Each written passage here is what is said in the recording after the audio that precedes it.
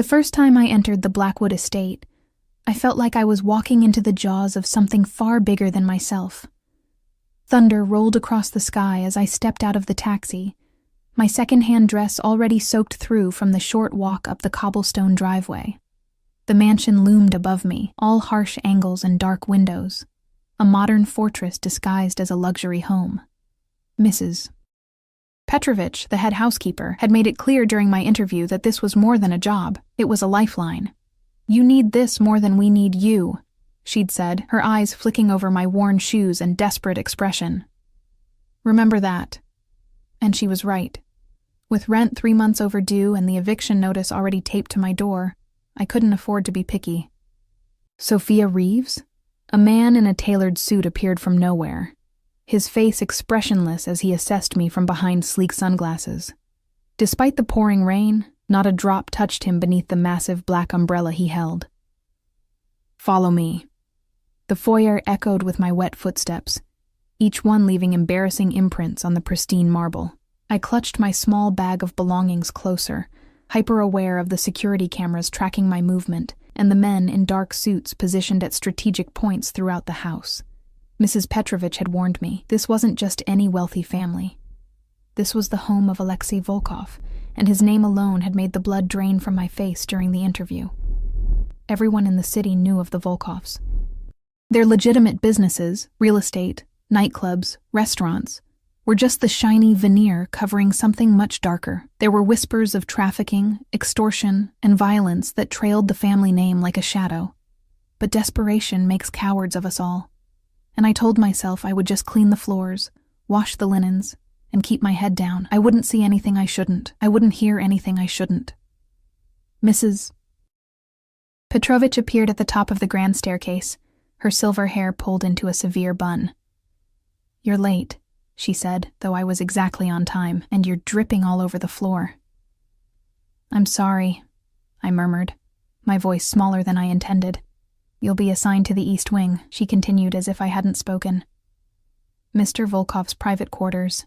You'll clean when he's not present. If he returns while you're working, you leave immediately. No eye contact, no speaking unless spoken to. Understood?" I nodded, though my stomach twisted at the thought of being in the same space as the infamous Alexei Volkov, even with him absent.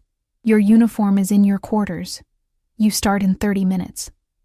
My quarters turned out to be a small but clean room in the staff wing, with a twin bed, dresser, and window overlooking the extensive gardens.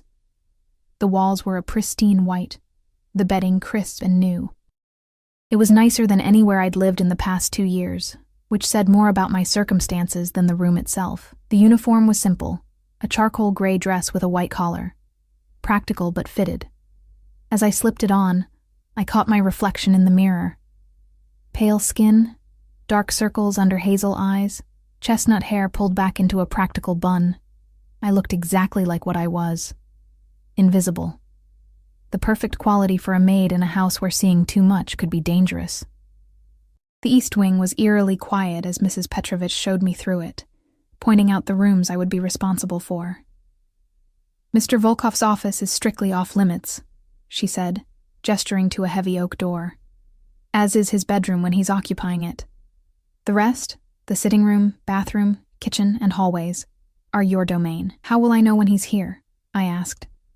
She gave me a look that suggested the question was absurdly naive. "You'll know. For 3 weeks, I became a ghost in that house. I learned the rhythms of the estate, which hours were safest to clean the East Wing, which staff members were kind, and which would report the slightest mistake to Mrs. Petrovich. I made beds that looked barely slept in, cleaned bathrooms with products that cost more than my weekly salary, and dusted shelves of books that appeared untouched. I never saw him. Sometimes there would be evidence of his presence, a coffee cup with the faint imprint of lips, a towel carelessly discarded on a bathroom floor, a jacket thrown over a chair that still carried the scent of expensive cologne, and something darker, like smoke or gunpowder. But Alexei Volkov himself remained a ghost, a name that caused the staff to straighten their spines and lower their voices whenever mentioned. Until that rainy Tuesday, exactly 24 days after I started. I was changing the sheets in one of the guest rooms of the East Wing, my mind drifting as my hands performed the familiar task. The thunder outside had been building all afternoon, and the old windows rattled with each boom. I was so distracted by the storm that I didn't notice the change in the air, the sudden stillness that fell over the house like a blanket. I heard the voices first, low, male, speaking in rapid Russian that I couldn't understand. Then footsteps, multiple sets, moving with purpose through the hallway outside. I froze, sheet half-tucked, as realization washed over me. He was home, and I was exactly where I shouldn't be. Gathering the dirty linens in my arms, I moved quickly toward the door, intending to slip out and disappear down the service stairwell before I was noticed. I turned the handle as quietly as possible and peered out into the hallway, and there he was. Alexei Volkov stood less than 10 feet away, his back to me as he spoke to 3 men in suits. Even from behind, he commanded the space in a way that made the air feel thin, tall, broad-shouldered, with dark hair cut precisely at the nape of his neck. He wore a suit that probably cost more than my year's salary, the fabric moving like liquid shadow as he gestured with one hand. The other hand rested casually in his pocket. But there was nothing casual about the way the men around him stood, alert, deferential, as if ready to move at his slightest command. I tried to step back into the room to close the door before I was seen. But my elbow caught the edge of the doorframe, sending one of the folded towels in my arms tumbling to the floor with a soft thud. The conversation stopped. All 4 men turned, but I only saw one. Alexei Volkov's eyes locked on mine, and everything I'd heard about him suddenly seemed both completely true and woefully inadequate. He couldn't have been more than 35, with features that belonged on a Renaissance painting, high cheekbones, a straight nose, and lips that might have been sensual if they weren't pressed into a hard line. But it was his eyes that rooted me to the spot. Gray, like the storm outside, and just as merciless. For 1 heartbeat, 2, we stared at each other.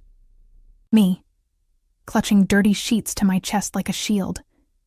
Him, something unreadable flickering across his expression before it settled back into cold assessment. I'm sorry, sir, I managed, my voice barely audible.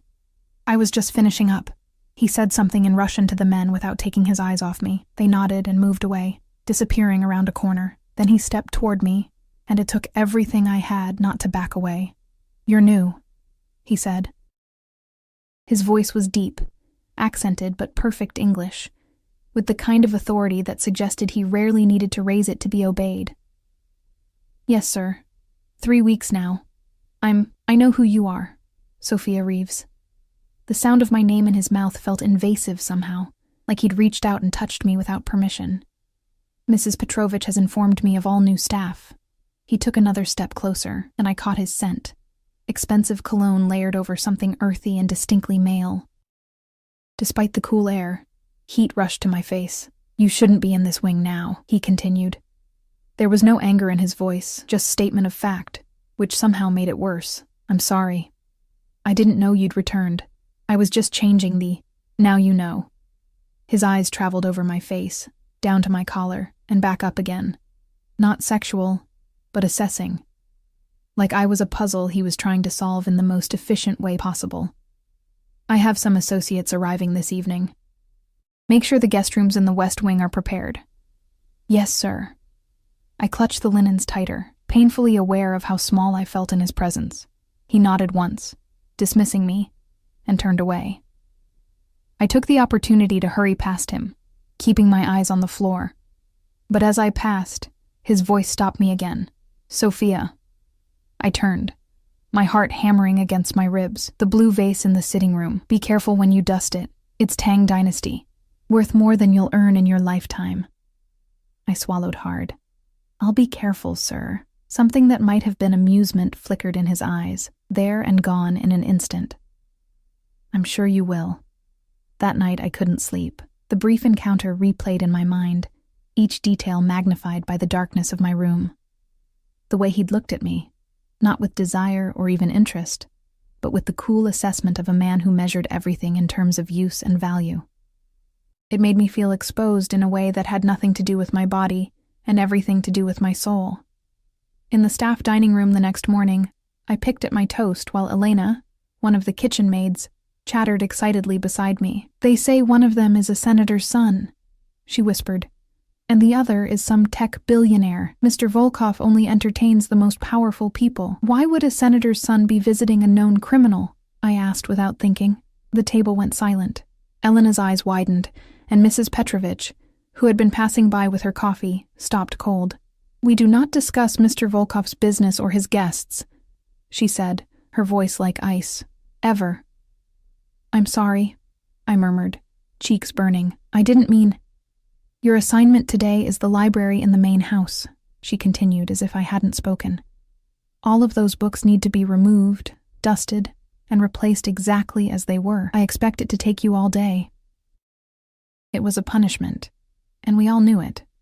The library contained thousands of volumes, many of them ancient and delicate. Normally, it would be a task shared by at least 2 maids. I nodded, accepting my fate. The library, at least, was in the main house, far from the east wing and any chance of encountering Alexei Volkov again. I worked methodically through the morning, carefully removing each book, wiping it down, and returning it to its exact position. By noon, my back ached and my fingers were coated in a fine layer of dust, but I'd only completed 2 shelves. I was balanced on a ladder, reaching for a particularly heavy tome near the top shelf, when the library door opened. Expecting Mrs. Petrovich checking on my progress, I didn't bother to look down. "I'm about a quarter of the way through," I called. "The oldest ones are taking extra time because of the fragile bindings." "Fascinating." The deep, accented voice sent a shock through my system. My hand jerked, knocking the heavy book from its place. It tumbled down, and I made a desperate grab for it, overbalancing in the process. The ladder teetered, and suddenly I was falling, a scream trapped in my throat. I never hit the ground. Strong arms caught me, the impact driving a grunt from my rescuer but holding firm. For a bewildering moment, I was cradled against a hard chest, the scent of that familiar cologne flooding my senses. Alexei Volkov set me on my feet, but didn't immediately step away. His hands remained on my waist, steadying me as I found my balance. This close, I could see the flecks of blue in his gray eyes, the slight shadow of stubble along his jaw. "Are you hurt?" he asked, his voice low. I shook my head, unable to form words with him so close. His gaze moved over my face, lingering on my parted lips before returning to my eyes. "You should be more careful, Sophia." The way he said my name made it sound like something precious and dangerous at the same time. This house has survived for generations without incident. I'd hate for that record to be broken by a careless maid. The rebuke snapped me back to reality. I stepped away from his touch, smoothing down my uniform with trembling hands. "I'm sorry about the book, sir. It's not damaged." He glanced at the volume that had fallen to the carpet. Machiavelli's The Prince. Appropriate. I bent to retrieve it, grateful for the chance to break eye contact. When I straightened, he was watching me with that same unreadable expression. "You're new to this kind of work," he said. It wasn't a question. I hesitated, then nodded. "Yes, sir." "What did you do before?" The question surprised me. Wealthy employers rarely showed interest in their staff's backgrounds, beyond ensuring they weren't criminals or spies. "I was a nursing student," I admitted, "but I had to leave the program." "Why?" I looked away, uncomfortable with the direction of the conversation. "Financial reasons." He made a sound that might have been understanding or dismissal. "And now you dust my books." "Yes, sir." He took a step closer, and I had to force myself not to back away. "Tell me, Sophia, do you always follow orders so obediently?" Something in his tone made my skin prickle with awareness. There was a current beneath the words, a test being administered that I didn't understand. I chose my response carefully. "I try to do my job well, sir." His lips curved slightly. Not quite a smile. A diplomatic answer. He reached past me to return the Machiavelli to its place on the shelf, his arm brushing mine in the process. The contact, brief as it was, sent a jolt through me. "Continue with your work," he said, stepping back. "But perhaps use the smaller ladder for the highest shelves. I might not be here to catch you next time." With that, he turned and left the library, leaving me staring after him with my heart racing, and a strange feeling that something significant had just shifted between us. Something I didn't understand and wasn't sure I wanted to. What I didn't know then, as I climbed back up the ladder with shaking hands, was that Alexei Volkov had already decided I belonged to him. I just hadn't realized it yet. The incident in the library changed something, though I couldn't immediately identify what. I continued my daily routines, cleaning, polishing, dusting the endless surfaces of the Blackwood estate. But I could feel eyes on me constantly, not just the security cameras that tracked movement throughout the mansion, but human eyes, watchful and assessing. 2 days after Alexei had caught me in his arms, Mrs. Petrovich reassigned me back to the East Wing. "Mr. Volkov has specifically requested you maintain his quarters," she said, her tone suggesting she found this both suspicious and irritating. "Do not disappoint him." The warning was unnecessary. Disappointing Alexei Volkov seemed like a dangerous proposition, one I had no intention of testing, so I threw myself into my work with renewed dedication, ensuring his spaces were immaculate. I learned his habits from the evidence he left behind. The books moved slightly on his nightstand suggested he read late into the night. The barely touched plates indicated he ate sparingly when alone. The worn path in the carpet before the windows revealed he spent hours staring out at the grounds, perhaps deep in thought. A week passed without another encounter. Then 2. I began to relax, thinking perhaps I had imagined the significance of our interaction. Maybe his request for me to clean his quarters was nothing more than satisfaction with my work. I was good at what I did, after all. Thorough, careful, and discreet. Then came the night that changed everything.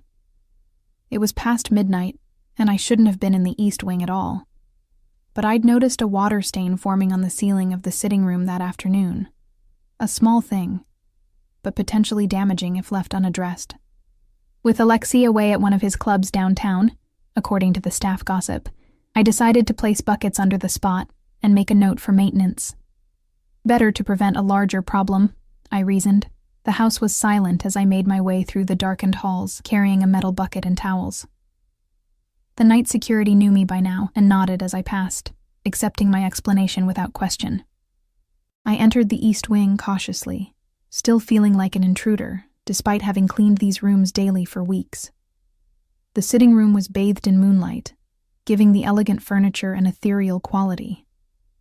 I located the water stain on the ceiling, it had grown since the afternoon, and positioned the bucket beneath it. As I straightened, a sound from the adjoining room froze me in place. Alexei's bedroom door opening. He emerged like a shadow given form, dressed only in black pants, his chest bare and gleaming in the moonlight. I hadn't heard him return. He hadn't turned on any lights, and now he stood between me and the exit, his expression unreadable in the darkness. "Sir," I gasped, "I'm sorry. There's a leak. I didn't know you were home." He moved toward me with the fluid grace of a predator, each step deliberate. And yet, here you are, in my private rooms. After hours, my pulse hammered in my throat. The ceiling... I pointed upward, words failing me as he drew closer.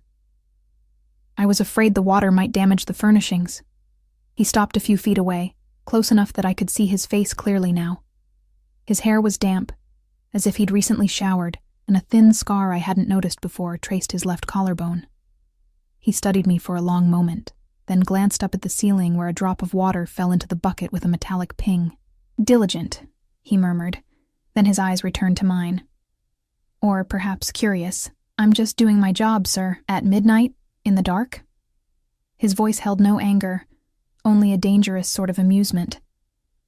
"That's dedication beyond what I pay for, Sophia." The way he said my name, soft, almost like a caress, made heat curl in my stomach. I clutched the towels tighter against my chest.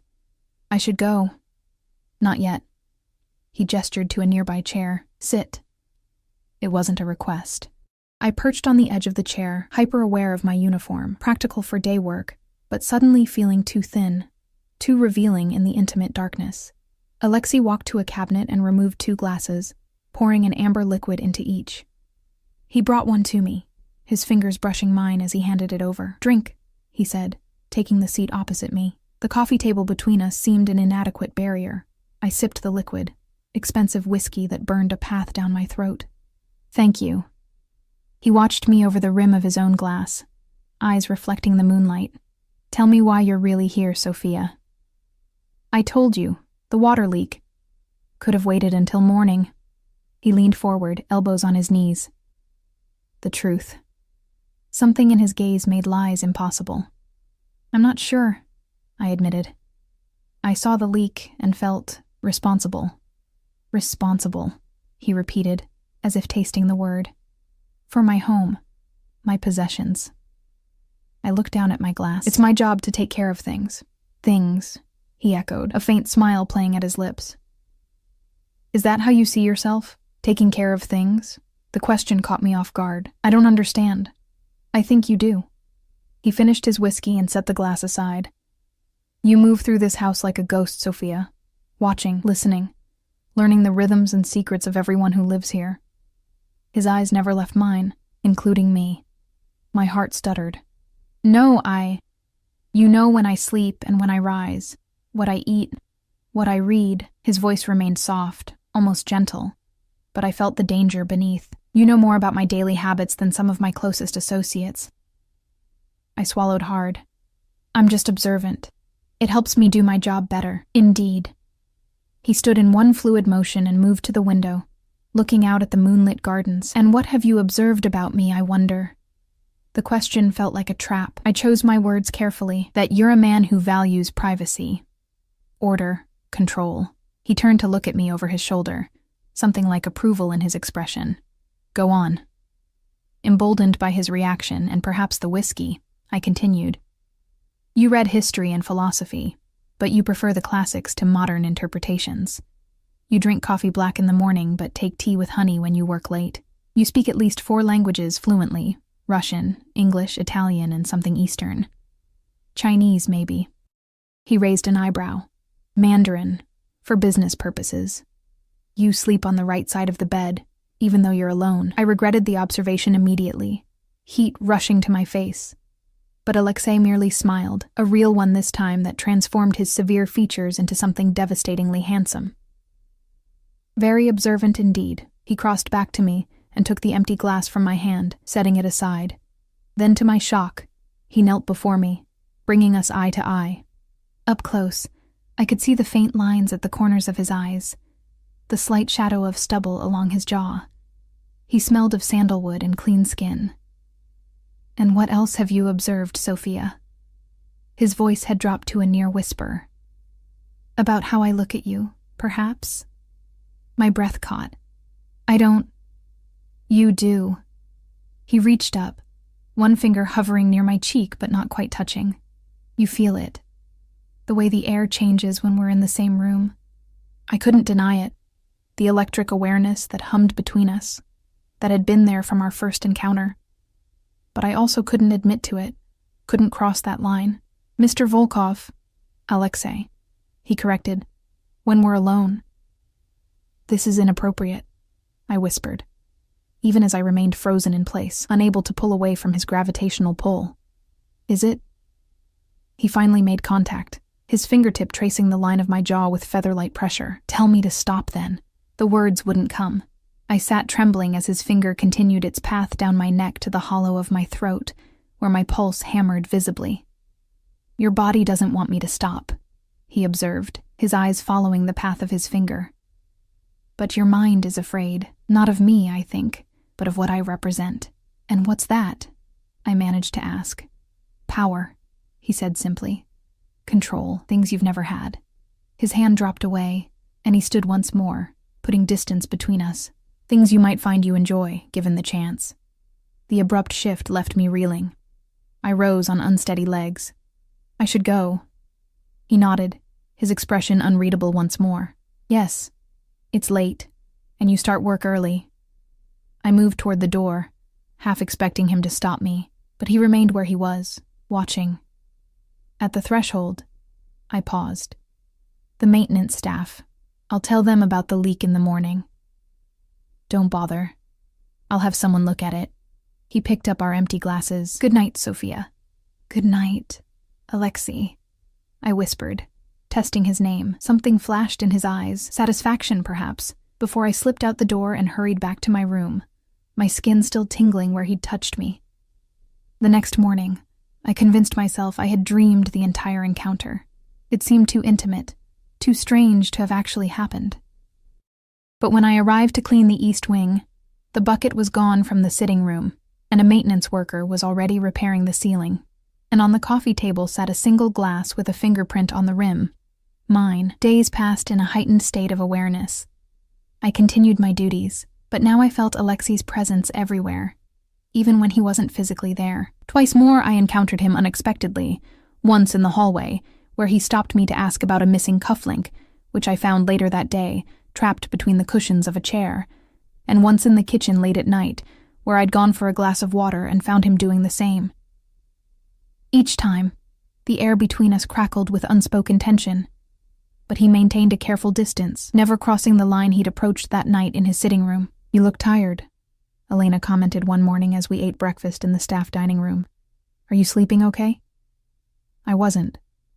My dreams were filled with gray eyes and gentle fingers tracing my skin, but I just shrugged. "The spring cleaning schedule is brutal. Mrs. Petrovich has us rotating through the guest rooms." Elena nodded sympathetically. "At least you'll be too busy for the party tomorrow night." "Party? You haven't heard? Mr. Volkov is hosting some big event. Business associates from all over the country, apparently. Very exclusive." She leaned closer, lowering her voice. "Rumor is there'll be politicians, celebrities, even a European prince or two. All the regular household staff get the night off. They're bringing in professionals for the event." My curiosity piqued. "All of us get the night off?" "Not exactly." Elena looked smug. "Some of us have been asked to help with coat check and other non-food service. The pay is triple our normal rate." "Oh." I tried to hide my disappointment. "That's great for you." Elena's expression softened. "Hey, don't worry. You've only been here a few months. These opportunities come with seniority." I nodded, but something about the conversation left me feeling hollow. It was ridiculous to feel excluded from an event I hadn't even known about until now, yet I did. More concerning was the realization that I wanted to be there, wanted another glimpse into Alexei's world, another chance to feel that electric connection that both terrified and thrilled me. Later that afternoon, Mrs. Petrovich summoned me to her office.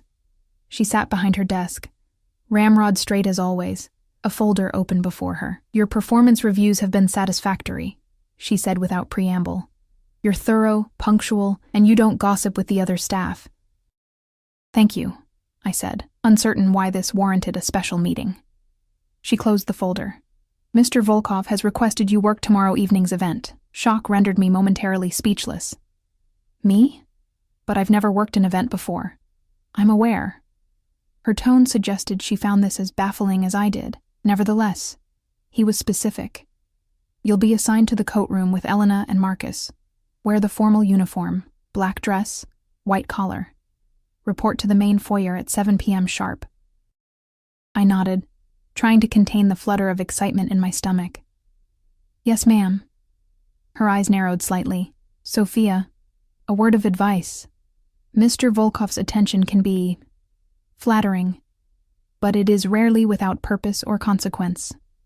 Remember your position in this household." The warning was clear. Don't get ideas above your station. "I understand," I said quietly.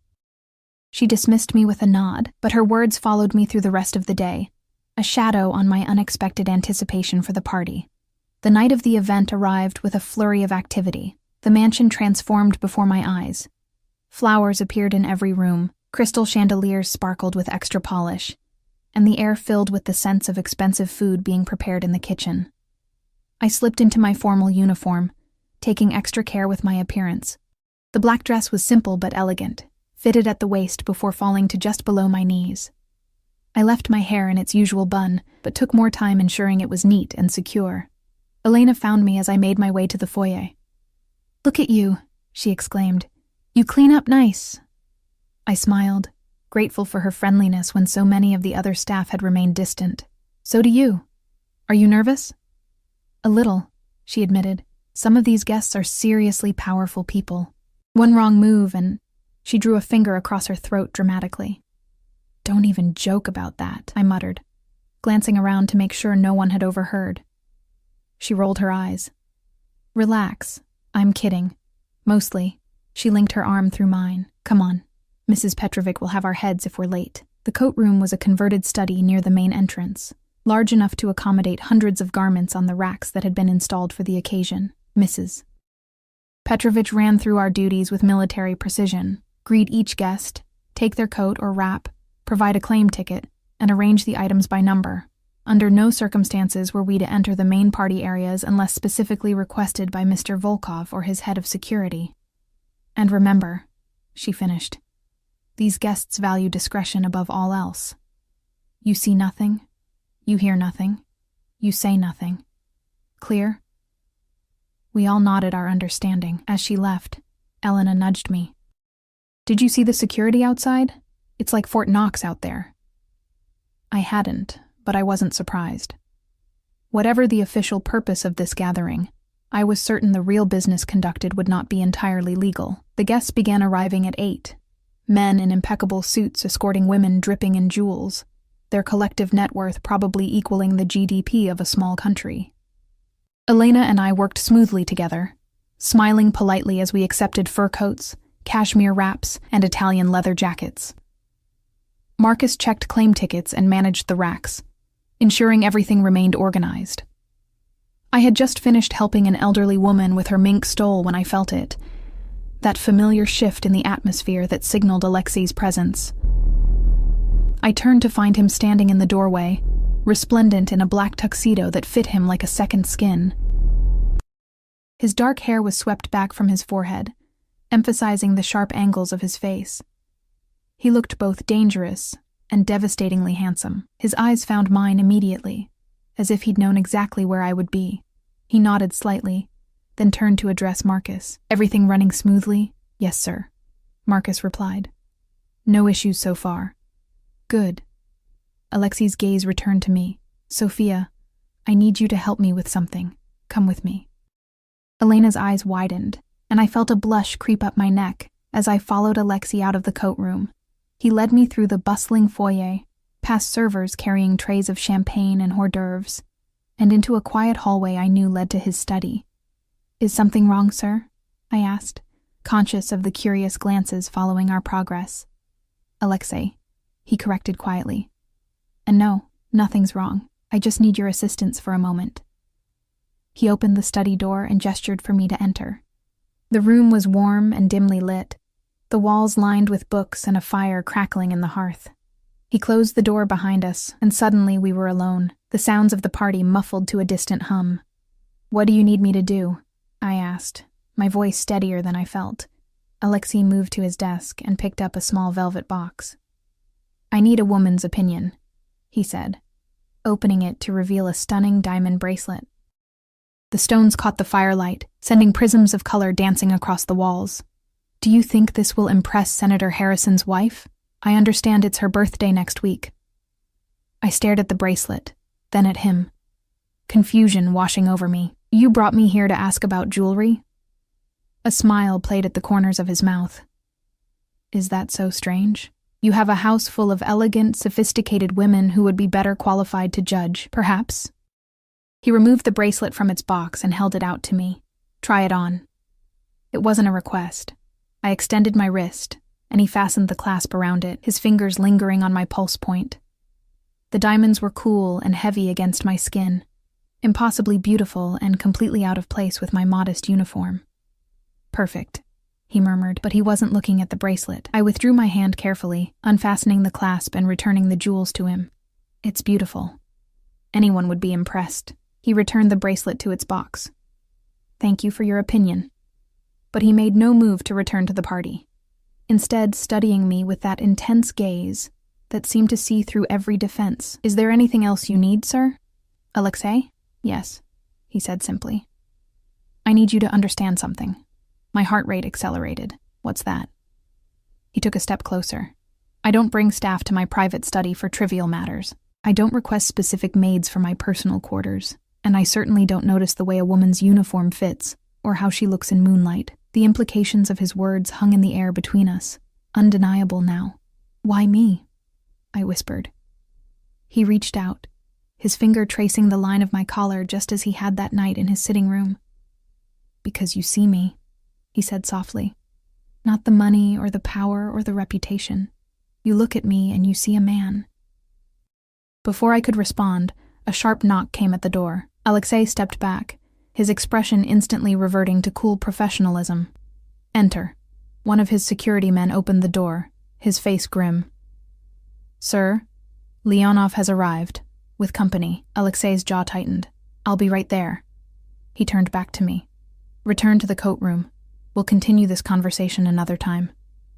I nodded, moving toward the door, but he caught my wrist. Sophia. His voice was low, meant only for me. Stay away from Leonov. If he approaches you, find Marcus or Elena immediately. The warning sent a chill down my spine. Who is he? Someone I don't trust, Alexei replied, releasing my wrist. Go now. I hurried back through the hallways, my mind racing with questions. What had just happened? Was Alexei Volkov, feared Mafia boss and untouchable billionaire, actually interested in me? And who was this Leonov that warranted such a specific warning? As I rounded the corner to the coat room, I nearly collided with a tall man in an expensive suit. He steadied me with hands on my shoulders, his grip too tight to be merely helpful. Careful, little one, he said in heavily accented English. You might hurt yourself running through hallways. I looked up into a face that might have been handsome, if not for the coldness in the pale blue eyes. Something about him raised every alarm bell in my body. I'm sorry, sir, I murmured, trying to step away, but his hands remained on my shoulders. Such a pretty little maid, he continued, his gaze traveling down my body in a way that made me feel naked. Are all of Volkov's staff so attractive? With sudden clarity, I knew exactly who this was. Leonov. And I had just walked right into his path. Excuse me, sir, I said, trying to keep my voice steady as I attempted to step around Leonov. I need to get back to my station. His grip tightened, one hand sliding from my shoulder to my upper arm. What's your hurry? He asked, his accent thickening. Perhaps you could help me find the coat room. It's just around the corner, I replied, gesturing with my free hand. I'm sure one of the security staff would be happy to escort you. Leonov smiled, but the expression never reached his eyes. They remained cold, assessing, like a predator sizing up potential prey. But I already have you, he said, his fingers digging into my flesh through the thin fabric of my uniform, and I think Alexei has been keeping his prettiest treasures hidden away. The way he said Alexei's name dripped with mockery and something darker. Hatred, perhaps. I remembered Alexei's warning and felt fear curl in my stomach. This man was dangerous in a way that went beyond the usual threat of the powerful. There was something unhinged in his gaze, something that suggested he didn't play by the same rules as the others. Mr. Leonov, a deep voice interrupted from behind me. I believe you're expected in the main ballroom. I nearly sagged with relief as one of Alexei's security men, Dmitri, I thought his name was, appeared beside us, his face impassive, but his stance unmistakably protective as he positioned himself partially between Leonov and me.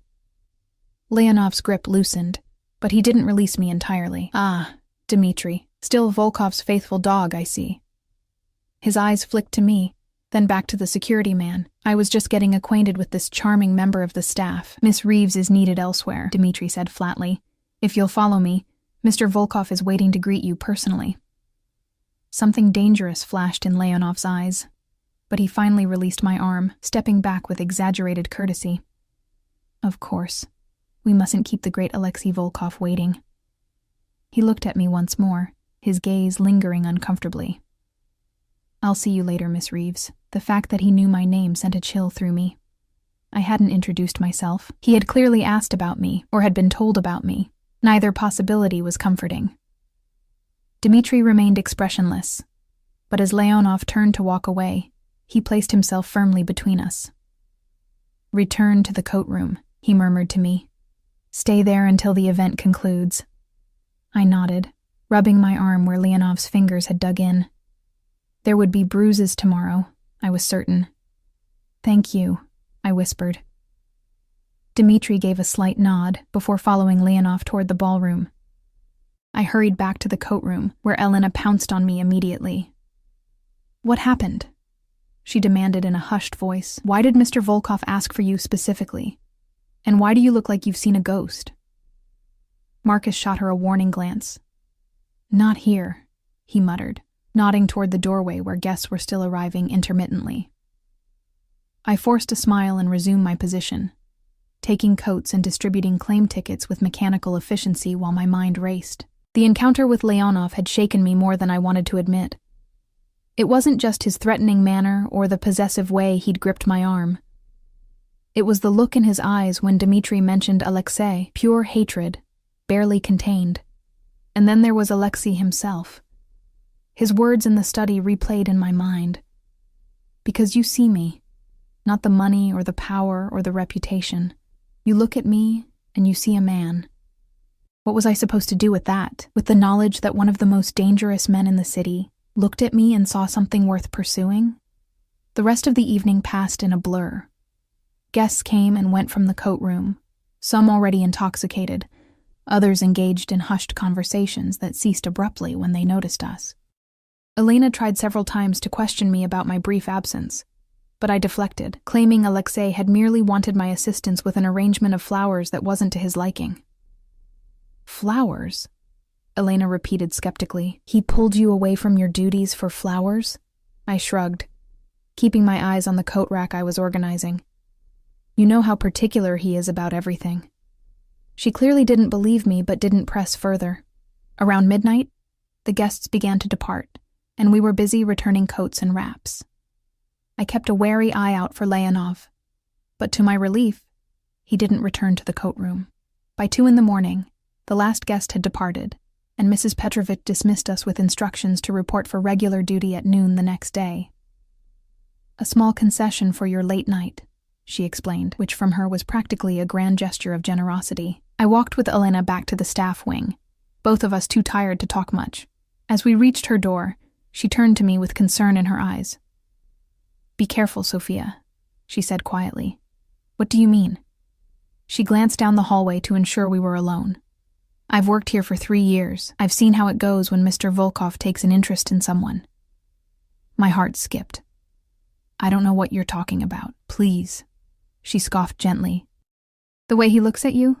The special assignments? It's obvious to anyone paying attention." She took my hands in hers. "I'm not judging you. God knows he's handsome and rich and powerful. But he's also dangerous, and not just in the obvious ways." I pulled my hands away, uncomfortable with her perception. "You're imagining things. Maybe." She didn't look convinced, but if I'm right, just remember that in his world, people are possessions, and he doesn't let go of what he considers his. She gave me a sad smile. "Good night, Sophia." "Good night," I murmured, continuing to my own room with her words echoing in my head.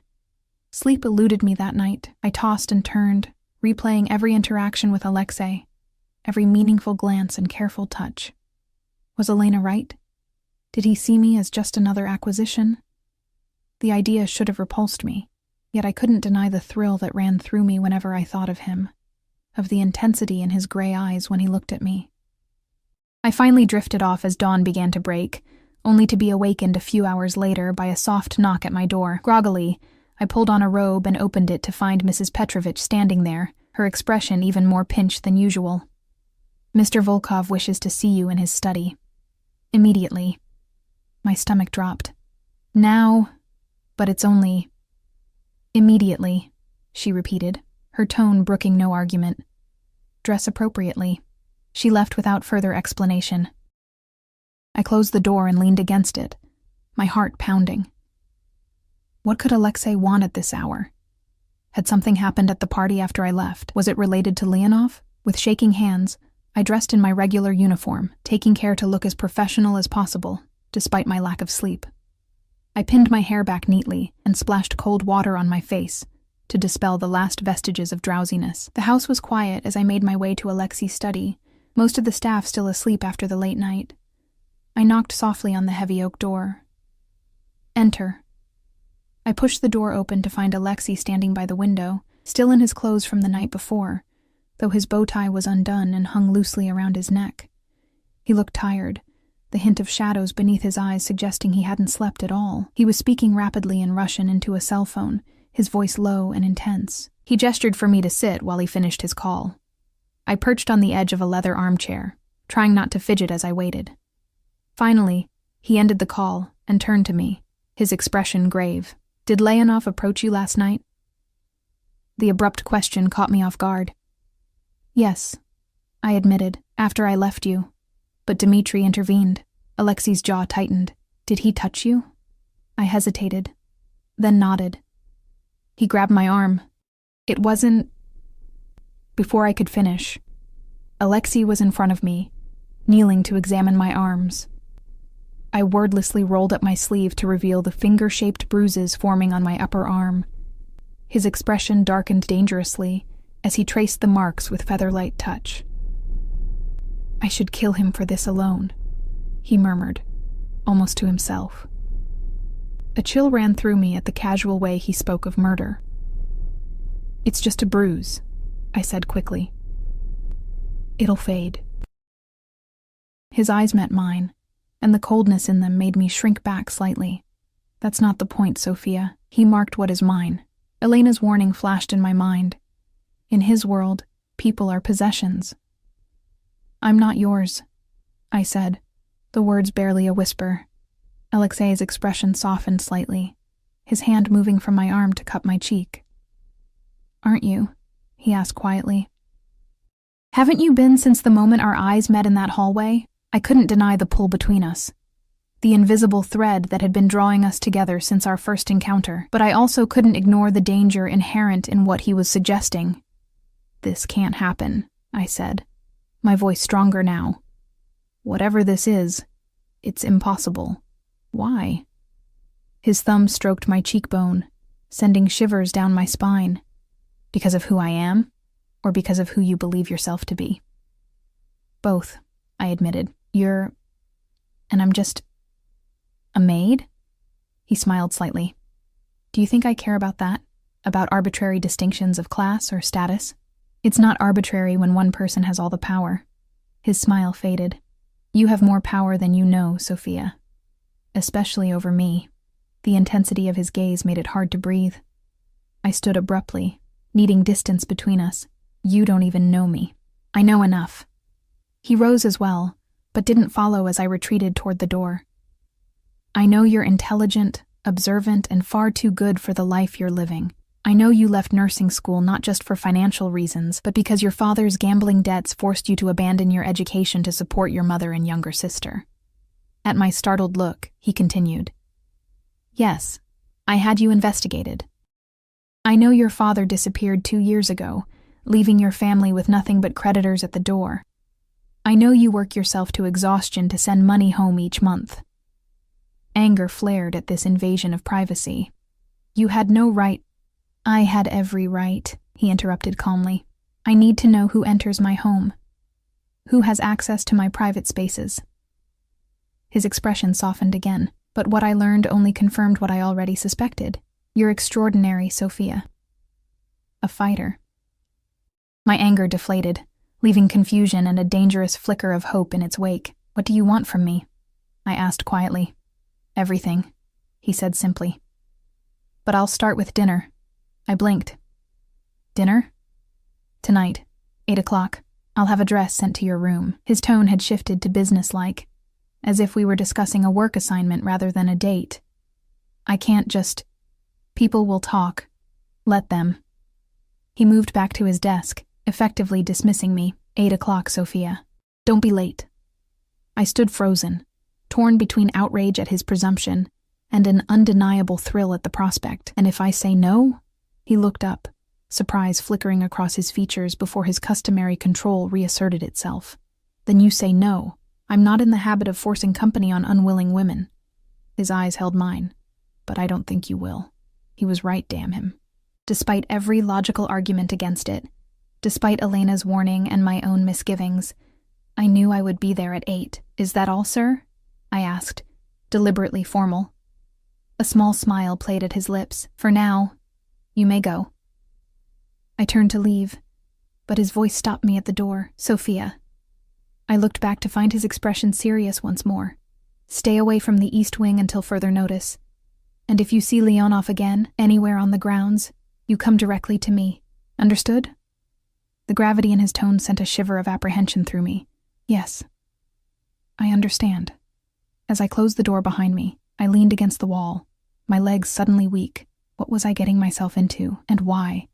Despite every warning signal flashing in my mind, was I so eager to dive deeper? The dress arrived mid-afternoon, a simple black sheath that looked modest until I tried it on. The fabric skimmed my curves in a way my uniform never did, making me look elegant and somehow vulnerable at the same time. Along with it came a pair of black heels and a small clutch. No jewelry, I noted with relief. At least he hadn't presumed to adorn me like a doll.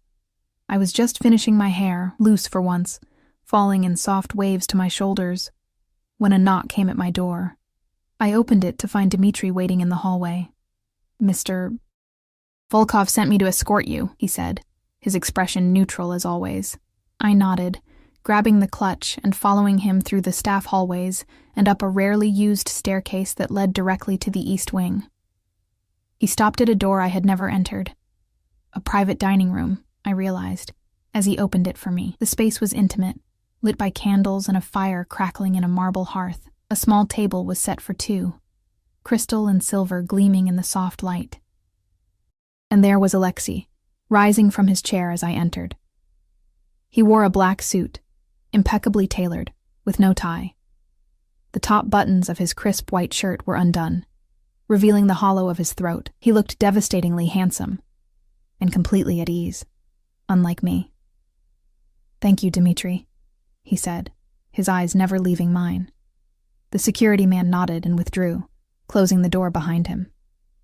For a long moment, Alexei simply looked at me, his gaze traveling from my face down the length of my body and back up again. "You're beautiful," he said finally. I felt my cheeks warm. "The dress helps." "No," he replied. "The dress is merely a frame. You're the masterpiece." He moved to pull out my chair. "Please sit." I did, hyper-aware of his proximity as he pushed the chair in. He returned to his own seat across from me, then lifted a bottle of wine from an ice bucket. "May I?" At my nod, he poured 2 glasses of pale gold liquid. "A Montrachet," he said, handing me one. "From a small vineyard in Burgundy. I think you'll enjoy it." I took a sip, surprised by the complex flavors that unfolded on my tongue, citrus and honey with a mineral undertone. "It's wonderful," I admitted. He smiled, pleased. "The first time I tasted this wine I was 22. In Paris with my father on business." A shadow crossed his face at the mention of his father. It was the last trip we took together before he died. The personal revelation surprised me. "I'm sorry about your father," he shrugged slightly. "It was a long time ago, but some lessons he taught me remain." He took a sip of his wine, his eyes thoughtful. "He always said you could tell a person's character by how they handled 3 things: power, money, and fear." "And how am I doing with those?" I asked, curious despite myself. "Power. You resist it, even as you're drawn to it. Money. You respect its necessity but don't worship it." His gaze intensified. "Fear. You face it, even when it would be easier to run." Before I could respond, the door opened and servers entered with the first course, a delicate soup that smelled of truffles and herbs. They worked silently, efficiently, avoiding eye contact with either of us. I realized with a start that they were not the regular kitchen staff, but professionals brought in specifically for this dinner. To avoid gossip, I assumed. Once we were alone again, Alexei continued as if there had been no interruption. "Tell me about nursing school. Why did you choose that path?" The question was so normal, so conventional for a dinner date, that it momentarily threw me. "My mother was a nurse," I explained. "I saw how she could calm people with just her presence, how she could ease suffering with knowledge and compassion." I traced the rim of my soup spoon, remembering I wanted to be able to do that too. "You will," Alexei said with unexpected gentleness. "When this is over, you'll return to your studies." I looked up, confused. "When what is over?" "Your time here." He gestured vaguely, "as my maid." "And what will I be instead?" I asked, unable to keep a hint of challenge from my voice. "Your mistress?" Instead of being offended, he laughed. A genuine sound that transformed his severe features. "Is that what you think this is? An elaborate seduction to install you as my kept woman? Put that way." It did sound absurd. I felt my cheeks flush. "I don't know what this is." His amusement faded, replaced by that intense focus that made me feel like the only person in his universe. "This is me getting to know the woman who has occupied my thoughts for weeks. The woman who moves through my home like a guardian spirit, who sees everything but judges nothing." He reached across the table to take my hand. "The woman I want in my life, not just my bed." My heart stuttered. "You barely know me. I know what matters." His thumb stroked my palm. "The rest, we'll learn together." The remainder of the dinner passed in a haze of exquisite food, candlelight, and conversation that flowed more easily than I would have believed possible. Alexei asked about my family, my childhood in a small town outside the city. My dreams before life had intervened. I found myself telling him things I'd never shared with anyone, about the night my father disappeared, about the crushing responsibility that fell on my shoulders at 22, about the guilt I carried for not being able to give my sister the life she deserved. In turn, he spoke of his own path, the son of a Russian immigrant who had built a business empire through means both legal and illegal, the weight of expectation that had rested on him since childhood, the isolation that came with his position. He didn't directly mention his criminal activities, but he didn't pretend to be something he wasn't either. "You could have chosen a different path," I said as dessert was served, a delicate chocolate creation that melted on the tongue. "You're clearly intelligent enough to succeed in any field. Could I?"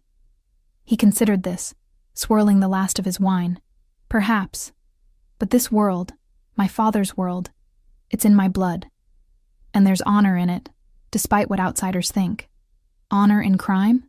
I couldn't keep the skepticism from my voice. He smiled slightly. "In loyalty, in protecting those who depend on you, in keeping your word." His expression grew serious, the legal and illegal blur when you look closely enough, Sophia. "Politicians take bribes and call them campaign contributions. Corporations exploit loopholes to avoid taxes while their workers struggle. At least in my world, the rules are clear. Break your word, betray your family, there are consequences." I could see his point, even if I didn't fully agree. "And Leonov? Did he break the rules?" Alexei's expression hardened. "Leonov betrayed everyone who ever trusted him. He sold information to our enemies, resulting in the deaths of good men. He traffics in things even I won't touch, children specifically." His voice dropped, cold with controlled rage, and now he thinks he can walk back into this city, into my home, and act as if nothing happened. The vehemence in his tone made me shiver. "Why did you invite him to the party then?" "Keep your friends close and your enemies closer," he quoted. I needed to see who still supports him, who he's aligned himself with. He reached for my hand again, but enough about Leonov. "This evening is about us." As he said it, a clock somewhere in the house struck 10. I realized with surprise that we'd been talking for hours. "I should go," I said reluctantly. "It's late, and I have early duty tomorrow." "No, you don't." At my questioning look, he explained. "I've arranged for you to have different responsibilities going forward. Starting tomorrow, you'll be my personal assistant." I stared at him, caught between flattery and indignation. "Don't I get a say in this?" "Of course. You can say no." His expression remained calm, but I sensed tension beneath. "But the position comes with significantly higher pay, private quarters in the East Wing, and hours that would allow you to take evening classes at the local college, if you're interested in resuming your education." The offer was tempting, more than tempting. It would mean more money to send home, a chance to rebuild my future, and continued proximity to Alexei, but it also meant deeper entanglement in his dangerous world. "What would my duties include?" I asked cautiously. "Managing my calendar, coordinating with my business associates, accompanying me to certain events." He traced a pattern on my palm. "Being near me." "And that's all? Just professional duties?" His eyes darkened. "I won't lie and say I don't want more, Sophia. But that's your choice to make, not a condition of employment." I pulled my hand away gently. "I need to think about it." "Of course." He stood and came around to help me from my chair. "Take tonight to consider. Let me know your decision in the morning." He walked me to the door, where Dmitri waited to escort me back to my room. At the threshold, Alexei raised my hand to his lips, pressing a kiss to my knuckles that sent electricity racing up my arm. "Good night, Sophia," he murmured, his breath warm against my skin. "Sweet dreams." In my room, I paced the small space, trying to make sense of the evening, of the choices before me. The sensible part of me screamed that I should run as far and as fast as possible from Alexei Volkov and his dangerous world. But another part, a part I barely recognized, thrilled at his attention, at the possibilities he offered, at the way he looked at me as if I were precious and powerful all at once. I was still deliberating when a soft knock came at my door. Thinking it might be Elena wanting details of my evening, I opened it without checking first. A mistake I realized immediately when I found myself face to face with Leonov. "Hello again, Miss Reeves," he said with a smile that turned my blood to ice. "I believe we have unfinished business." Before I could scream, his hand shot out, pressing a cloth over my nose and mouth. I struggled, clawing at his arms, but darkness encroached on my vision with alarming speed. My last thought before consciousness fled was of Alexei and how he would react when he discovered I was gone. I woke to the smell of damp concrete and motor oil, my head throbbing with each heartbeat.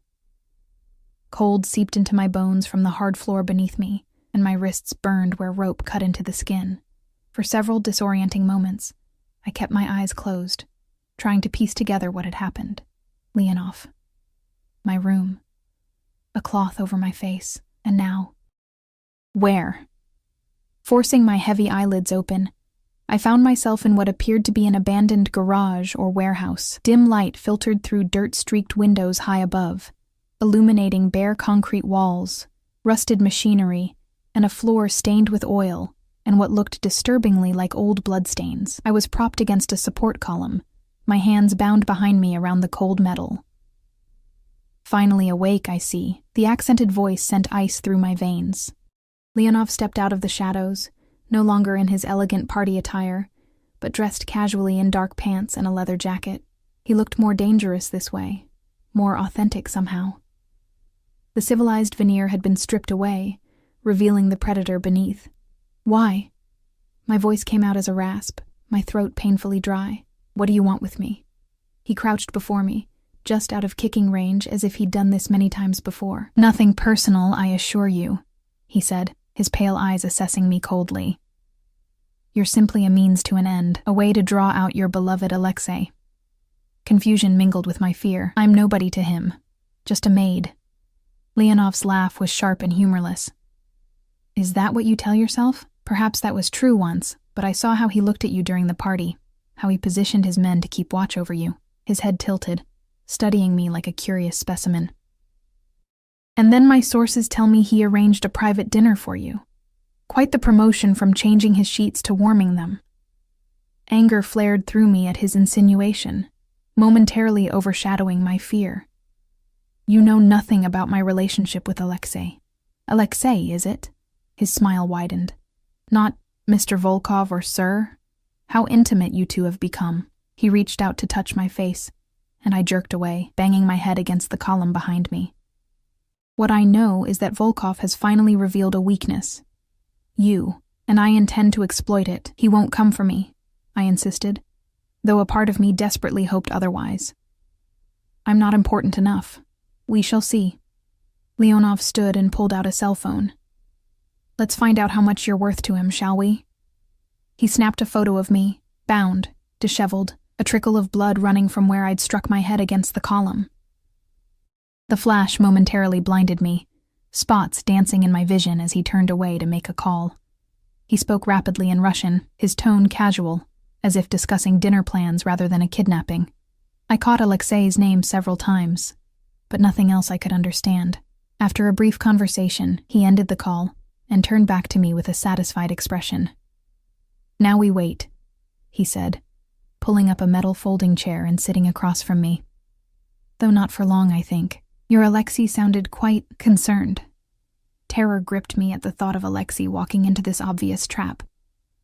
"Whatever is between you and Alexei, it has nothing to do with me. Let me go and deal with him directly." "And miss this opportunity? I think not." Leonov pulled a knife from his pocket and began cleaning under his fingernails with the tip, the casual menace of the gesture making my stomach clench. You see, Volkov has taken many things from me over the years. My business, my reputation, my place in the city. It seems only fair that I take something precious from him in return. The way he said precious made my skin crawl. He'll kill you for this, I said quietly. Leonov's eyes flicked to mine, something savage flashing in their pale depths. He can try. Many have. As you can see, I'm still here.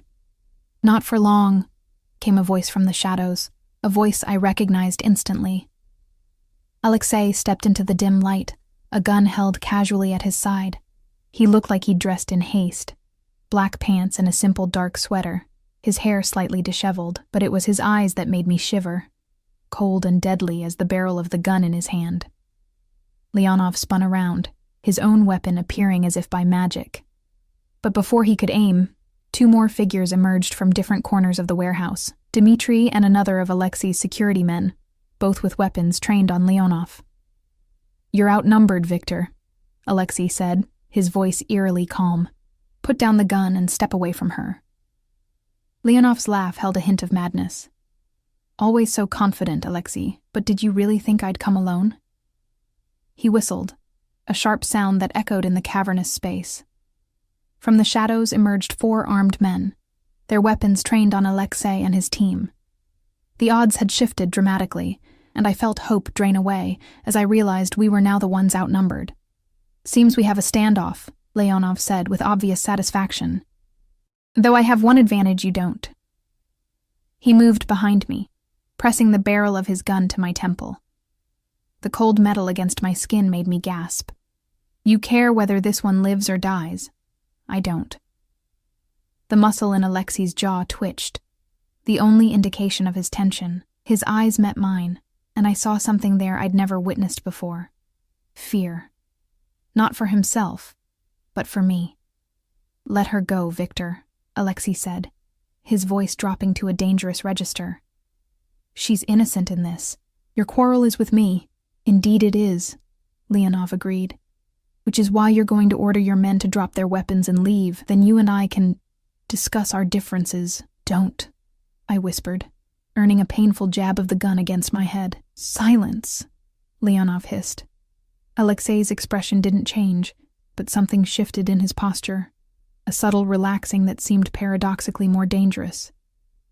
"You know I can't do that, Victor, but I can offer you something better, a trade." Leonov's interest was clearly piqued. "What could you possibly offer that would be worth more than watching you suffer as I kill your woman?" "The account numbers," Alexei said simply. "All of them, including the ones in Zurich and Cayman." The gun at my temple wavered slightly. "You're bluffing. You'd never give up that much." "For her?" Alexei's eyes found mine again, something soft and fierce in them simultaneously. "I would." The naked emotion in his voice stunned me. This was more than attraction or possession. This was something deeper, something that defied the short time we'd known each other. Leonov seemed equally surprised, his breathing changing as he considered the offer. "The full accounts, access codes and all? Everything," Alexei confirmed. "In exchange for Sophia's freedom and safety. Guaranteed by your word, which, despite everything, I know you still value." A tense silence followed, broken only by the distant drip of water somewhere in the warehouse. I hardly dared breathe, afraid any movement might break the fragile negotiation. "How do I know this isn't a trick?" Leonov finally asked. "That you won't simply kill me once she's safe?" "You don't," Alexei admitted. "Just as I don't know you won't shoot her anyway. But we've known each other a long time, Victor. Whatever else has passed between us, we've never broken a direct promise to each other." Leonov was silent for another long moment. Then slowly, he lowered the gun from my temple. "A direct exchange. The woman for the account information. Everyone else stays where they are." Alexei nodded once, then turned to Dmitri. "Stand down. No one moves until Miss Reeves is safely out of the building." Dmitri looked like he wanted to protest, but kept his silence, lowering his weapon slightly without taking his eyes off Leonov's men. "Untie her," Alexei commanded. Leonov hesitated, then holstered his gun and crouched behind me. I felt the cold blade of a knife against my wrists, then the blessed relief as the ropes fell away. Blood rushed painfully back into my fingers as Leonov hauled me to my feet. "Walk to him," he ordered, giving me a slight push. Slowly. My legs trembled as I took my first step, then another. The distance between Alexei and me seemed impossibly vast, though it couldn't have been more than 20 feet. I focused on his face, on the intensity of his gaze that never left mine. Step by step, I moved toward him, expecting at any moment to feel a bullet in my back. When I was halfway across, Alexei spoke again. "The information is in my pocket. I'm reaching for it now." He moved slowly, telegraphing his actions as he withdrew a small USB drive from his pocket. "Everything you want is here." Leonov gestured for me to stop. "Toss it over." Alexei shook his head. "When she reaches me." "Half the information now then," Leonov countered, as a show of good faith. Without taking his eyes from mine, Alexei recited a string of numbers and letters. An account number and password, I realized. Leonov nodded to one of his men, who typed rapidly into a phone, then gave a confirming nod. "It checks out," the man said in a heavy accent. "Continue," Leonov instructed me. I resumed my careful progress toward Alexei. 3 more steps. 2. 1. And then his hand was on my arm, pulling me firmly behind him, his body a shield between me and danger. "Dmitri," Alexei said quietly. "Get her out." "No," I protested, grabbing Alexei's arm. "I'm not leaving you." His eyes softened for a fraction of a second as he looked down at me. "You must. This isn't your fight." He pressed a quick, hard kiss to my forehead, then handed me off to Dmitri, who began steering me toward a side exit. "The rest of the information," Leonov called after us. Alexei held up the USB drive. "As promised." The last thing I saw before Dmitri pushed me through the door was Alexei tossing the drive to Leonov, their eyes locked in a silent battle of wills that I feared would end in bloodshed. Outside, the night air hit my lungs like a shock, and I realized I'd been holding my breath. Dmitri moved me swiftly toward a waiting car, his grip on my arm firm but not painful. "We have to go back," I said frantically. "Leonov will kill him, Mr.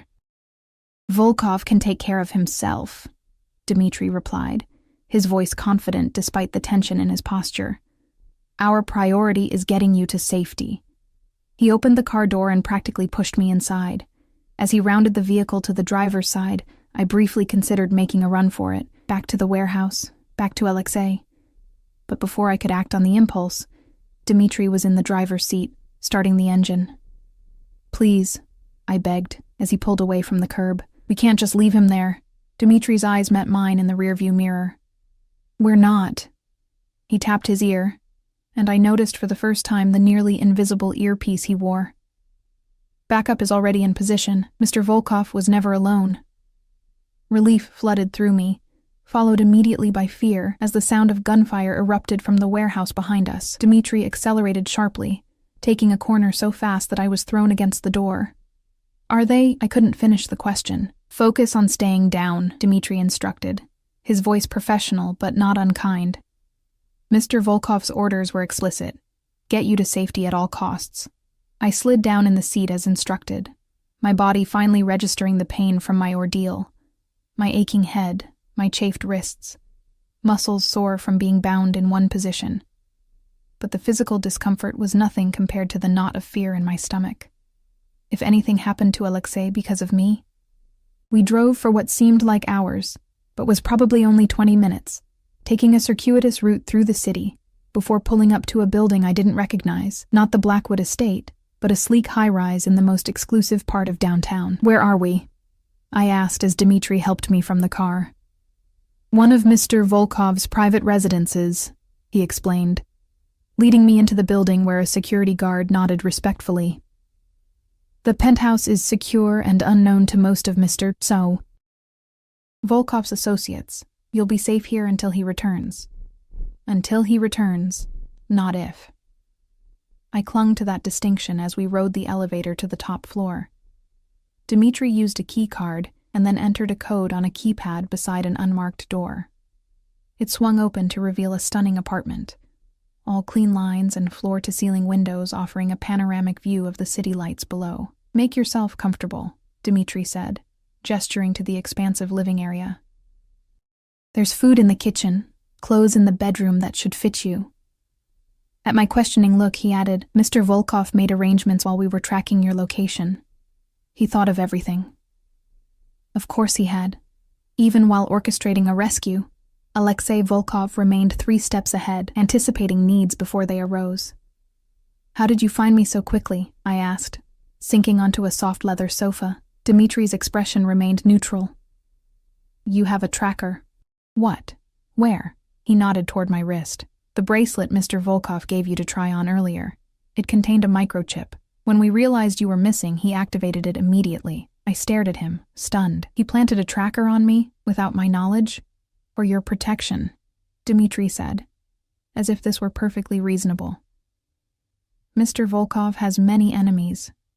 Anyone close to him is a potential target, as tonight demonstrated."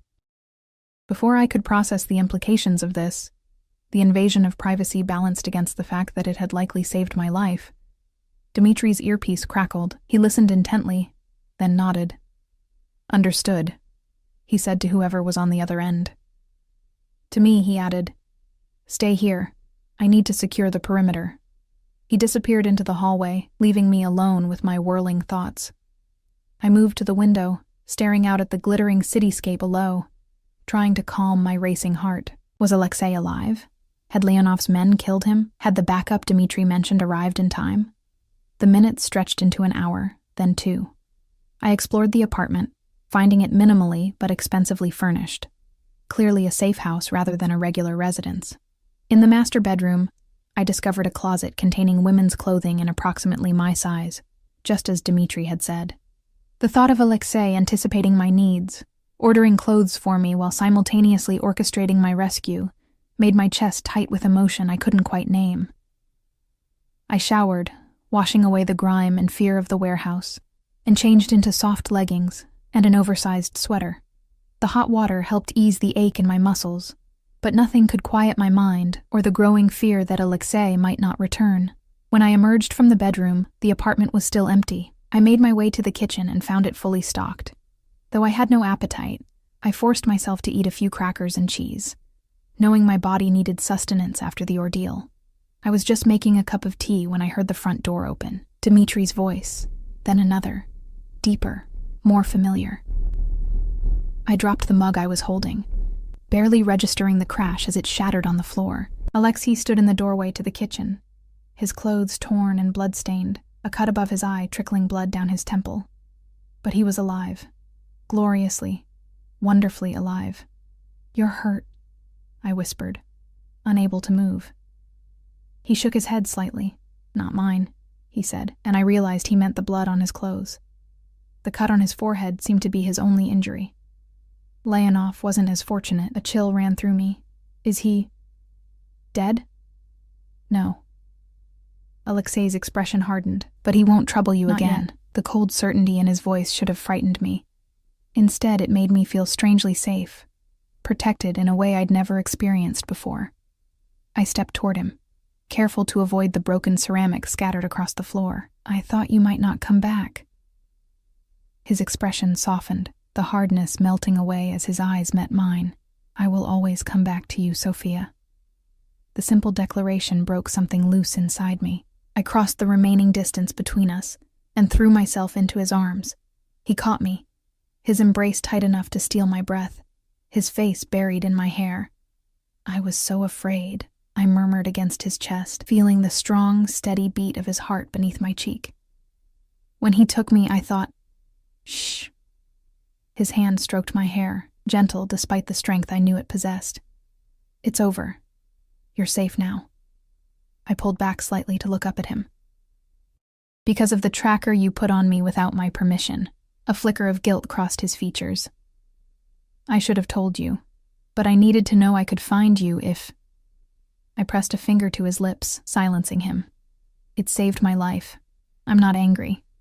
I hesitated, then added, "But in the future, I'd prefer you tell me these things. His eyes warmed at the implication of a future together, I promise. We stood there for a long moment, simply holding each other, the reality of what we'd survived slowly sinking in. Then Alexei stepped back slightly, his hands moving to cup my face. "I almost lost you," he said, his voice rough with emotion. "When I saw you in that warehouse, with his gun to your head." He stopped, unable to continue. "But you found me," I reminded him. "You saved me." His thumb stroked my cheekbone. "At what cost, though? The accounts I gave Leonov, they give him access to significant power and resources. He's dangerous now in a new way." I frowned, confused. "Then why did you give them to him?" "Because there was no choice."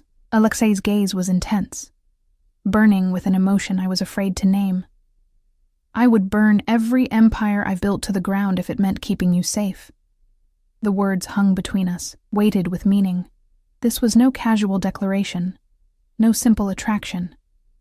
This was something deeper, more profound, something that terrified and thrilled me in equal measure. "Alexei," I whispered, not even sure what I wanted to say. He didn't give me the chance to find out. His lips descended on mine, gentle at first, then with growing urgency as I responded. I wound my arms around his neck, pressing closer, all rational thought fleeing as sensation took over.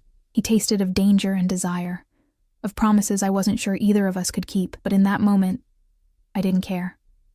I was alive. He was alive. The rest could wait. When we finally broke apart, both breathless, Alexei rested his forehead against mine. "Stay with me," he murmured. "Not as my maid or my assistant, but as my partner, my equal." The offer stunned me. Equal? "Alexei, our worlds are so different." "They don't have to be." His hands moved to my waist. "I can protect you from the darker aspects of my business. You could finish your education, pursue your nursing career if that's still what you want. We could build something together, something legitimate." The sincerity in his voice made my heart ache. "You would change your life for me? A woman you've known for mere months? I would." No hesitation, no doubt, just absolute certainty. "You make me want to be better, Sophia. To build rather than destroy. To create a legacy that's more than power and fear." I searched his face, looking for any sign of deception or manipulation, but all I saw was raw honesty, vulnerability I suspected few had ever witnessed from Alexei Volkov.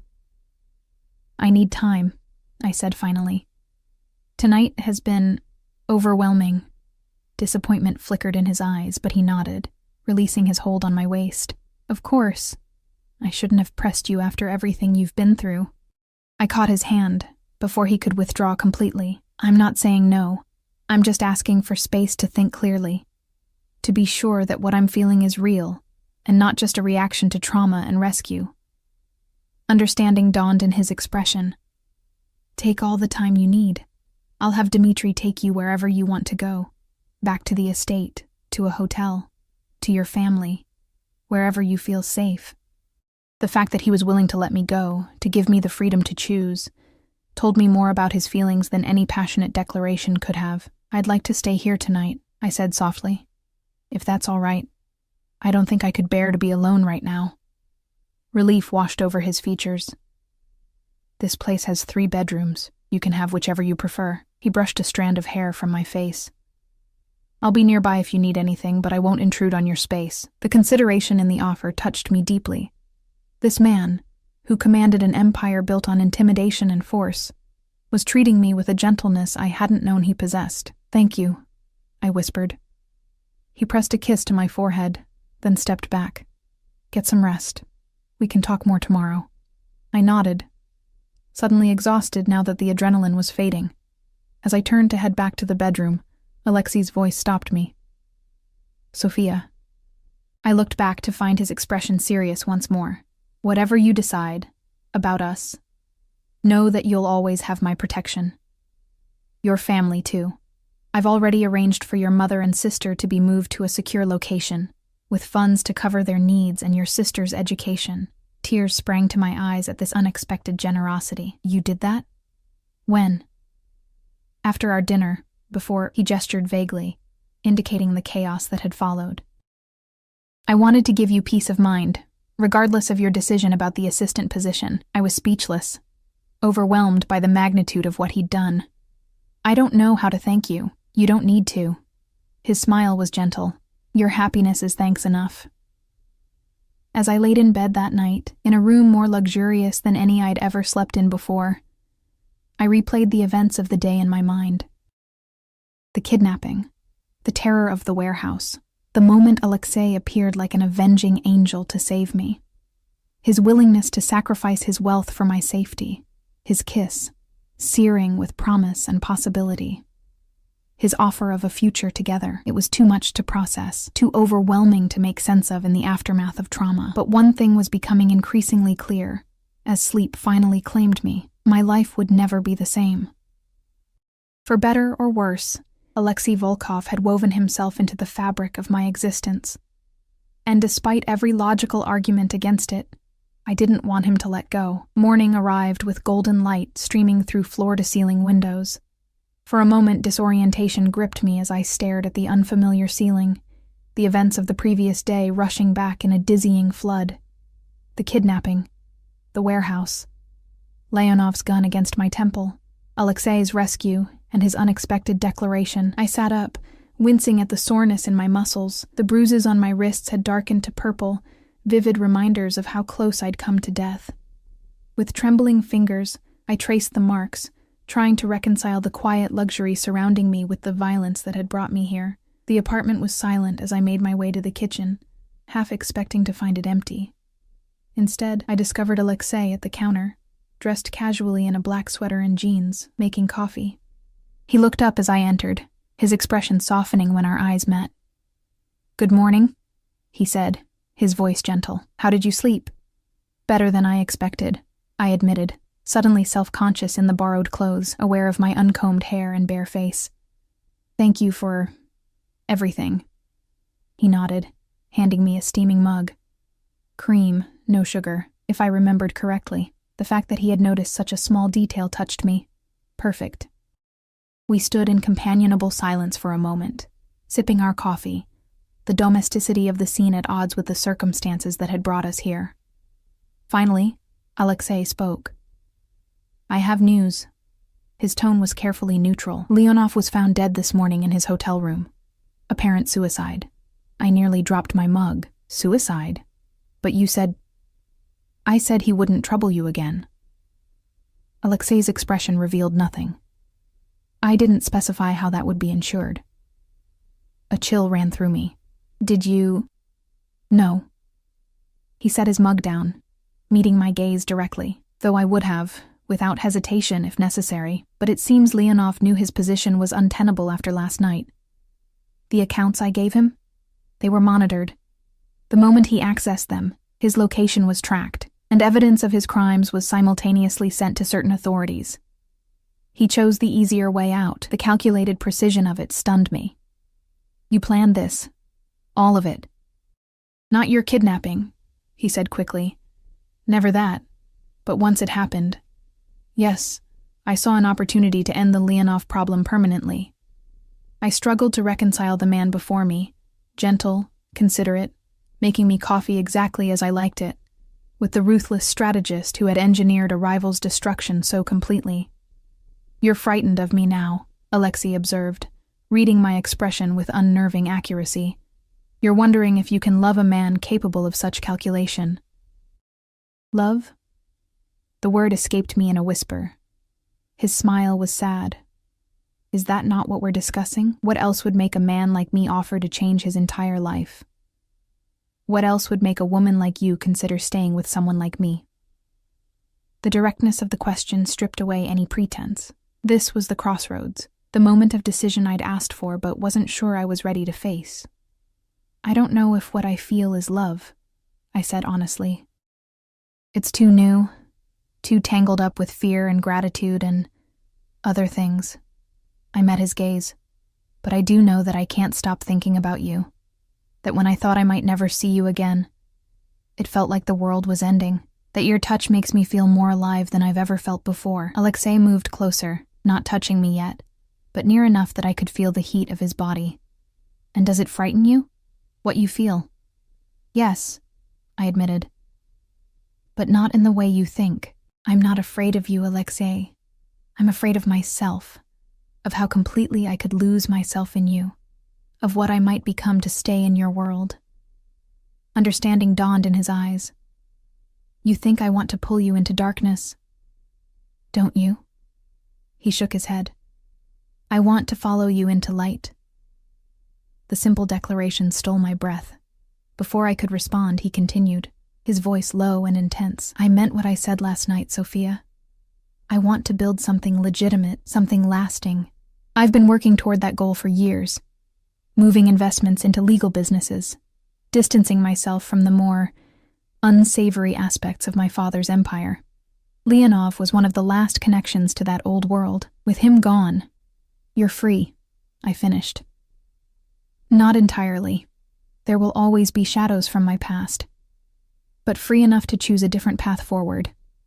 His hand reached for mine, his thumb brushing over the bruises on my wrist with exquisite gentleness. With you, if you'll have me.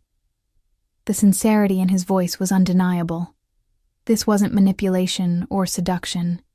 This was a man laying his soul bare, offering a future I had never dared to imagine. I need to see it, I said finally. This legitimate life you're building. I need to know it's real before I can commit to anything. Relief flickered across his features. It wasn't a rejection. Of course. I'll show you everything. My businesses, my plans, my vision for the future.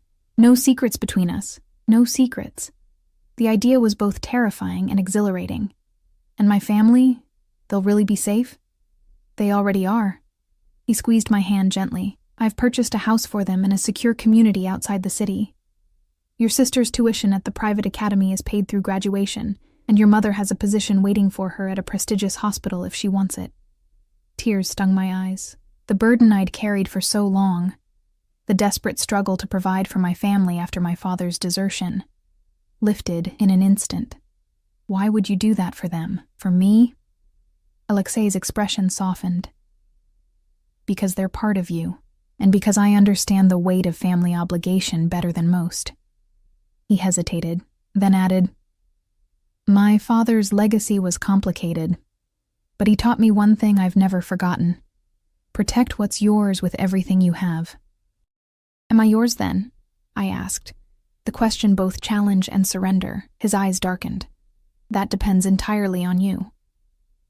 The moment stretched between us, heavy with possibility. Then, making my decision, I closed the distance between us, rising on my toes to press my lips to his.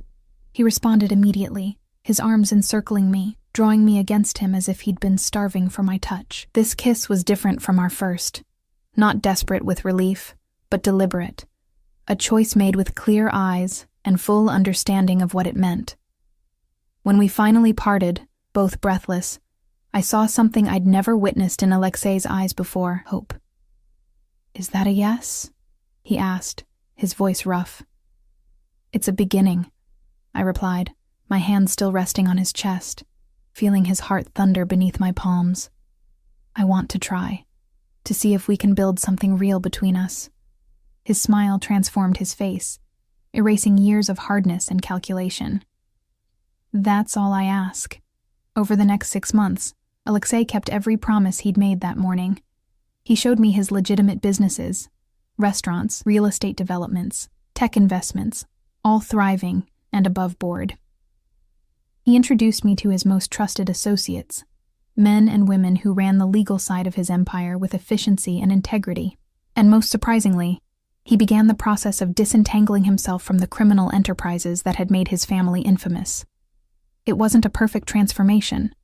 There were heated arguments when I discovered connections he'd failed to sever, dangerous moments when enemies from his past resurfaced. But through it all, Alexei remained steadfast in his commitment to change, not just for me, but for himself, for the future he wanted to build. I returned to nursing school, finishing the degree I'd abandoned years before.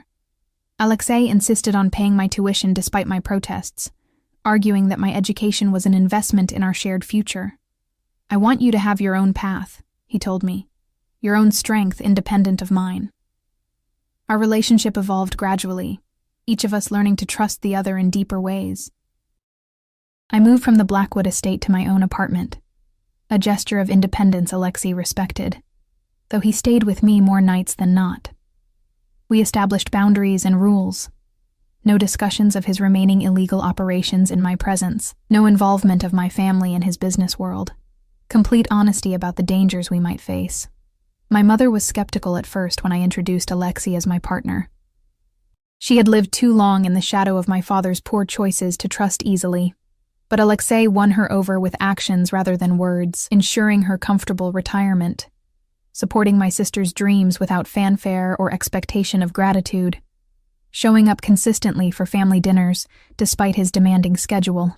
"He loves you," my mother said to me one evening as we washed dishes together after Alexei had left to take an urgent business call. "I recognize it because it's how your father looked at me in the beginning, before everything went wrong." Her comparison to my father had made me tense. "Alexei is nothing like him," she dried her hands, turning to face me fully. "No, he's not. Your father was weak. He ran when things got difficult." Her eyes were knowing. "Alexei Volkov may be many things, Sophia, but weak is not one of them. He would burn the world to keep you safe." Her words echoed what I already knew in my heart. Alexei's love was fierce, protective, all-consuming.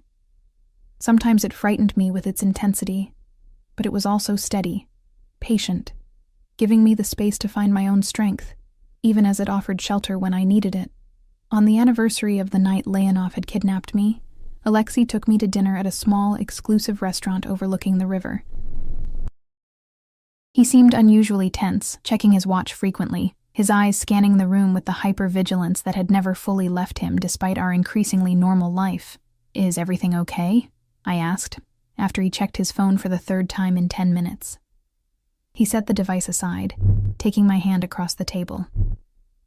"I'm sorry. Tonight is important and I want everything to be perfect." "It's just dinner," I said, though I suspected from his behavior that it was more. His smile was enigmatic. "Is it?" After dessert, he suggested a walk along the riverfront. The night was crisp and clear, stars visible despite the city lights.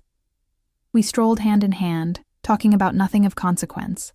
My studies, his latest restaurant opening, a film we'd seen the previous weekend. Normal couple things that still felt miraculous given where we'd started. We reached a small, secluded gazebo overlooking the water, fairy lights twinkling in its eaves. Inside, to my surprise, was a small table holding a bottle of champagne in an ice bucket and a single red rose. "Alexei," I breathed, recognizing the setup for what it was. "What did you do?"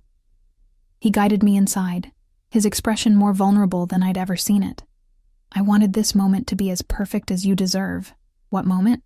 I asked, though my heart was already racing with anticipation. Instead of answering, he took both my hands in his. "1 year ago today, I almost lost you before I truly had you. It was the most terrifying night of my life, not because I feared death, but because I feared a world without you in it." Tears pricked my eyes at the raw emotion in his voice. "Before you," he continued, "my life was power and control, acquisition and defense. I measured success in territory gained and enemies defeated." His thumb stroked the backs of my hands. "You showed me a different kind of strength. The courage to be vulnerable, to love without possession, to build rather than dominate." He released one of my hands to reach into his pocket, withdrawing a small velvet box. My breath caught as he opened it to reveal a ring. Not the ostentatious diamond I might have expected, but a simpler, more elegant design. A deep blue sapphire surrounded by smaller diamonds that caught the light like stars. "I chose sapphire because it reminds me of your eyes the first night we met," he said, his voice low, clear and deep and honest, "even when you were afraid." He sank to one knee before me, still holding my hand. "Sophia Reeves, you have transformed my life in ways I never thought possible. You've shown me that real power lies not in what we control, but in what we create together." His eyes never left mine. "Will you marry me? Will you build a life with me, not as my possession, but as my partner, my equal, my heart?" Tears spilled freely down my cheeks now. The journey that had brought us here, from maid and master to equal partners, seemed impossible, miraculous, yet here we were, transformed by love and choice, and the daily decision to be better for each other. Yes, I whispered, then louder. Yes, Alexei. I'll marry you. Joy broke across his face like sunrise as he slid the ring onto my finger. He rose and pulled me into his arms, his kiss a promise of the future we would forge together. Later that night, as we lay tangled in the sheets of what was now our shared apartment, Alexei traced lazy patterns on my bare shoulder. There's something else I need to tell you, he said, his voice serious enough to make me prop myself up on my elbow to see his face. What is it? I asked, suddenly concerned. I've decided to sell the Blackwood estate, he said. Too many shadows there. Too much of my father's legacy. I want us to start fresh, in a home that's truly ours, not haunted by the past. Relief flooded me. I'd like that. I've found a place, he continued. A house by the coast, modern but warm. Room for a family if that's what we want someday. His eyes searched mine. Would you like to see it tomorrow? A family. The word hung between us, filled with possibility. We'd discussed children only in theoretical terms before, both of us cautious about bringing innocence into a world that still held dangers from Alexei's past. You really believe we can have that? I asked softly.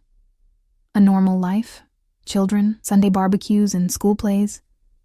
He smiled, brushing a strand of hair from my face. Not normal, perhaps. There will always be security considerations, precautions others don't have to take. But yes, I believe we can have a family, a home filled with love rather than fear. His expression grew serious. The last of my father's operations will be dismantled next month. After that, everything I own, everything I am, will stand in the light. The weight of this declaration, the final severance from his criminal past, struck me forcefully. Are you sure that's what you want? You've lived in that world your entire life. It's not what I want, he corrected gently. It's what I need. For you. For us. For the children we might have someday. His hand moved to my stomach, resting there with reverent care. I want our children to be proud of their father, to know him as a builder and protector, not a name whispered in fear. Tears welled in my eyes at the vision he painted, a future I hadn't dared to imagine when I first entered the Blackwood estate as a desperate maid, seeking any employment I could find. I love you, I whispered, the words still new enough to feel precious on my tongue. And I love you, he replied, drawing me close again, more than empire, or power, or life itself. As I drifted toward sleep in his arms, I marveled at the journey that had brought us here, from the cold marble foyer where I'd stood trembling in wet shoes, to this moment of perfect belonging. We had both been transformed. Me from a woman merely surviving to one thriving in her own power. Him from a man who commanded through fear to one who led through love. It hadn't been an easy path. There had been dangers and doubts, moments when the gulf between our worlds seemed too vast to bridge. But love, real love, had proven stronger than the shadows of the past. And in each other's arms, we had found not just passion or protection, but something far more rare and precious. The promise of redemption, the chance to become more together than we could ever be apart. 1 year later, I stood on the deck of our coastal home, watching the sunset paint the sky in shades of gold and crimson. My nursing degree hung framed in my home office, where I split my time between hospital shifts and managing the charitable foundation Alexei and I had established to help families affected by domestic violence and financial hardship. The sound of the door sliding open behind me drew my attention. Alexei stepped out onto the deck, his expression softening as it always did when he looked at me. In his arms, he cradled our 3-month-old daughter, Natalia, named for his mother. She wouldn't settle, he explained, coming to stand beside me. I think she wanted to see the sunset. I smiled, taking in the sight of this powerful man so gentle with our tiny daughter. His business empire continued to thrive. Restaurants, tech investments, real estate, all legitimate now. A legacy he could proudly pass to our child someday if she wanted it. Like father, like daughter, I teased, leaning against his side. Neither of you can bear to miss a beautiful view. He pressed a kiss to my temple, his free arm wrapping around my waist. The most beautiful view is right here, he murmured. As the last rays of sunlight gilded the three of us in gold, I thought about the strange, winding path that had led us here. From a maid and a mafia boss to a family bound by love and choice rather than fear or possession. It wasn't a fairy tale. There were still occasional threats from Alexei's past that required vigilance, still moments when the darkness of his former life cast shadows across our present. But we faced them together, as equals, as partners, as the family we had built from the most unlikely of beginnings. "What are you thinking about?" Alexei asked. Noticing my contemplative mood, I smiled up at him, at the man who had once terrified me and now anchored my world, about how sometimes the most beautiful things grow from the darkest places, about how love transforms us when we let it. His eyes, once cold and calculating, now warm with devotion, met mine. About how a maid and a monster found redemption in each other. "You were never a monster," I corrected softly, reaching up to touch his cheek, "just a man who'd forgotten how to be anything else until love reminded you." He turned his face to kiss my palm, the gesture tender in its simplicity. "And you were never just a maid. You were always a queen without a crown. I just had the good fortune to recognize it before anyone else did." As night fell around us, stars emerging one by one in the darkening sky, our daughter sleeping peacefully between us, I knew with unshakable certainty that this was exactly where I belonged. Not in the shadows of Alexei's world, nor entirely separate from it, but in the life we had forged together. A life balanced between darkness and light, power and vulnerability, passion and peace. It wasn't perfect, it wasn't easy, but it was ours. And that made it the greatest love story I could have ever imagined.